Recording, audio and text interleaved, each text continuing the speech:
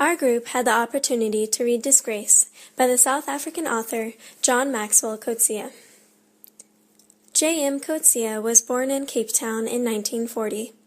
He grew up in Cape Town and would later attend the university there and get a bachelor's in English and math.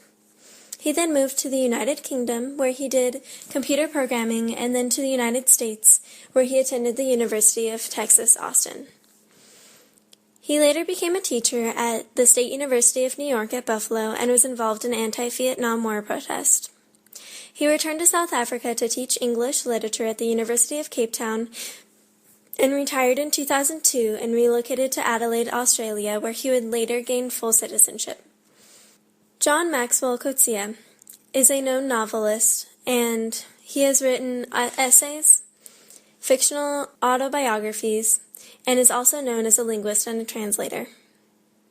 Some of the books that he has written include Dusklands, In the Heart of the Country, Age of Iron, and Disgrace. The fictional autobiographies that he is known for is Boyhood, Youth, and Summer Times. He can speak English, Afrikaans, and Dutch. And he has also been awarded the Booker Prize in 1983 and 1999, the Prix Feminin Austrayer in 1985, and the Irish Times International Fiction Prize in 1995. He was also most notably awarded the Nobel Prize in Literature in 2003. The book that we will be looking at was published in 1999. It was published after the apartheid officially ended, but he was most likely influenced by the apartheid South Africa that he grew up in. The setting in the story would be Western Cape, more specifically Cape Town University. At the beginning of the story, a lot of time is spent at David's apartment with two characters, Soraya and Melanie. His apartment is located in Western Cape. After his encounter with Melanie, he is forced to take a vacation to Eastern Cape. This is where the next part of the book takes place.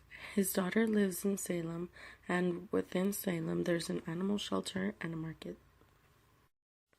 The main characters include David Lurie, Lucy Lurie, Melanie Isaacs, Bev Shaw, and Petrus. David Lurie is a protagonist of the story. He is a South African white male in his 50s. He is a professor at Cape Town University. Throughout the story, he has several affairs. He has been married twice and divorced twice as well. Lucy is David's daughter. In the story, Lucy and David get attacked by three men. This leads to the development of her character.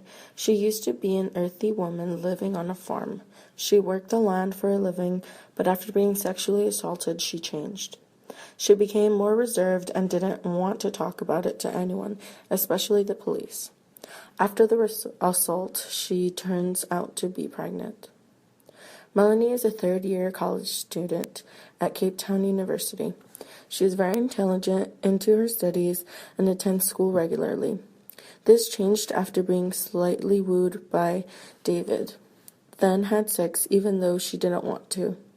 Later, she removes herself from David's class and stops going to school altogether.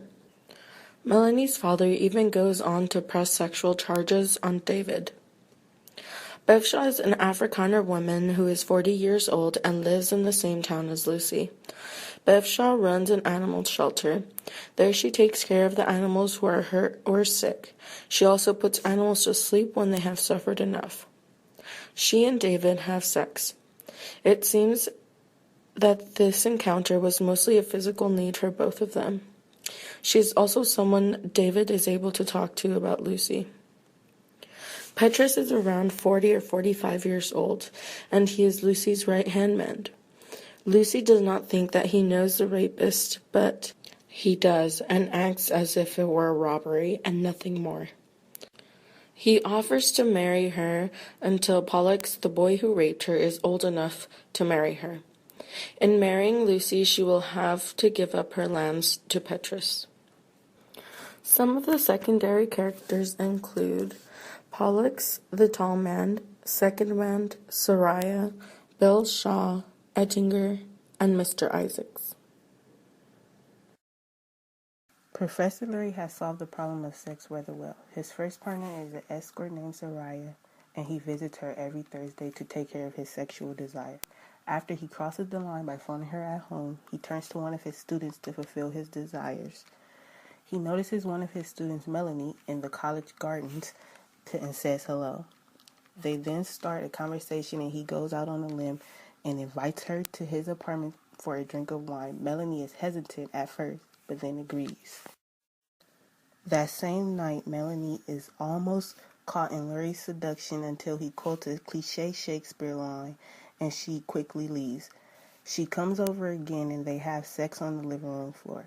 She is passive throughout majority of the act, but Lurie, on the other hand, attends sensory overload and falls to sleep on her. Melanie eventually withdraws from her classes and files a sexual harassment case against Professor Lurie. With Melanie's testimony already given, he nonchalantly agrees to everything she says. He loses his job and goes to visit his daughter on her farm. The two grow closer despite his disappointment at what she has chosen to do with her life. David begins to work with Bev Shaw at her shelter putting down animals. Lucy gets raped by 3 men and David is burned by the attackers. They return from the hospital to see the damage that has been done, and Lucy goes through a period of depression and David has to pick up the slack around the farm. He doesn't believe that the attack was random. He believes Lucy's farm helper, Petrus, was involved because he was missing after the robbery for a couple of days. Petrus has a party and Pollock shows up. He is one of Lucy's attackers. David confronts him and Petrus has to intervene. David starts to spend more time at the shelter helping Bev and ends up having an affair with her in the shelter. He decides to go back to Cape Town and visit Melanie's family, and her father invites him over for dinner and he gives them an apology. He returns to his home to find out that it had been vandalized and that his job had been taken at the university. He gets a call from Bev saying Lucy isn't doing good. He returns to Salem to find out she is pregnant. He believes it is unsafe for a woman to live alone on the farm, unprotected, and Petrus is not to be trusted. He offers to send her to Holland where her mother lives. She refuses the offer and decides to sell the land to Petrus for her protection and so she can remain living on her farm. She eventually marries him, and David returns to working at the shelter for Bev Shaw and has her put down his favorite dog. There are a number of themes that are woven into the story of Disgrace. 3 major ones are sex, justice, and change. David is a man that says he has figured sex out. He visits an escort once a week to control his sexual urges, but once she leaves, it becomes obvious to David that he had formed an emotional attachment to her.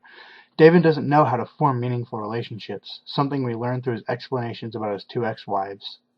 Then David sees Melanie in a cafe and is immediately infatuated. Even though he goes into the relationship knowing that it is wrong, he proceeds anyways to fulfill what empty portion of him that he can.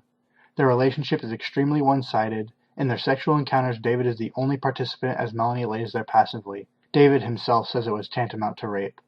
As things get more and more out of hand and the allegations are brought against him through the university, it becomes obvious that he doesn't care much about anything when he doesn't get his way with women.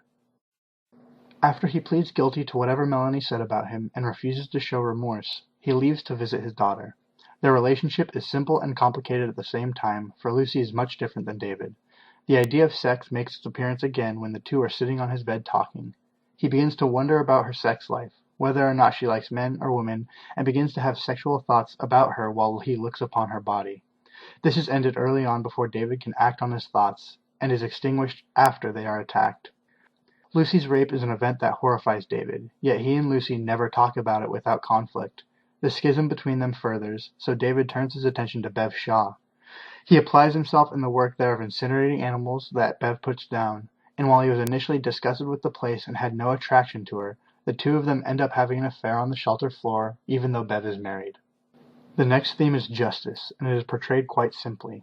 When David is living in Cape Town, he violates a student of his and uses his authority over her in an attempt to control her. Others see how wrong this is, and while he is not criminally charged, he loses his job and his reputation, a disgrace that gives the book its title. He flees from the city as an outcast into the rural lands of the Eastern Cape. To contrast this, David and Lucy are attacked on her farm. Lucy is raped, and David is beaten and lit on fire. While the two of them survive the attack, David's car is stolen and Lucy becomes apathetic about her farm and everything else. They file a report with the police, but in the end, not only are the men not captured or David's car returned, Lucy seems okay with marrying Petrus and giving him her farm even though one of her attackers is kin to Petrus. In this instance, justice has failed them both. The final theme we will discuss is change, and it is subtly illustrated. During the attack on the farm, one of the men steals Lucy's rifle and proceeds to kill all except one of the dogs that she boards.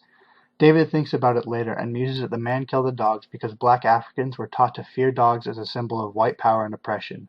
This, coupled with Petrus's domination of Lucy's farm, shows the subtle changing in power from the hands of white Africans to those of black Africans.